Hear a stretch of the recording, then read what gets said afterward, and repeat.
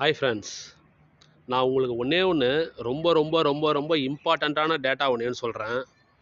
இது வரைக்கும் நம்ம வீடியோவில் ஏதாவது ஒரு நாள் எவ்வளோ வீடியோ போட்டிருக்கோம், இது வரைக்கும் 150 வீடியோ போட்டிருக்கோம். ஏதாவது ஒரு நாள் ஆப்ஷன் செயினை பார்த்தோ, இல்லை ஃப்யூச்சருடைய டேட்டாவை பார்த்தோ, இல்லை எஃப்ஐஐ டேட்டா, இல்லை டிஐஐ டேட்டா ஏதாச்சும் பார்த்து நம்ம ஏதாவது வீடியோவில் அனலைஸ் பண்ணுறோம்?